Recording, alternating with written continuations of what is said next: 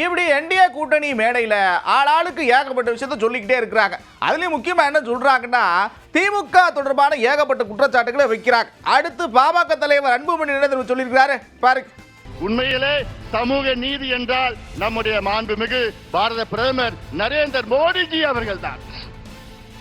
ஆனால் சமூக நீதி எங்கள் உயிர் மூச்சு என்று வீர முழக்கம் சொல்லுகின்ற திமுக, குறிப்பாக ஸ்டாலின் அவர்களே, உங்களுக்கும் சமூக நீதிக்கும் எள்ளளவும் சம்பந்தம் கிடையாது. உங்களுக்கும் சமூக நீதிக்கும் என்ன சம்பந்தம் இருக்கிறது?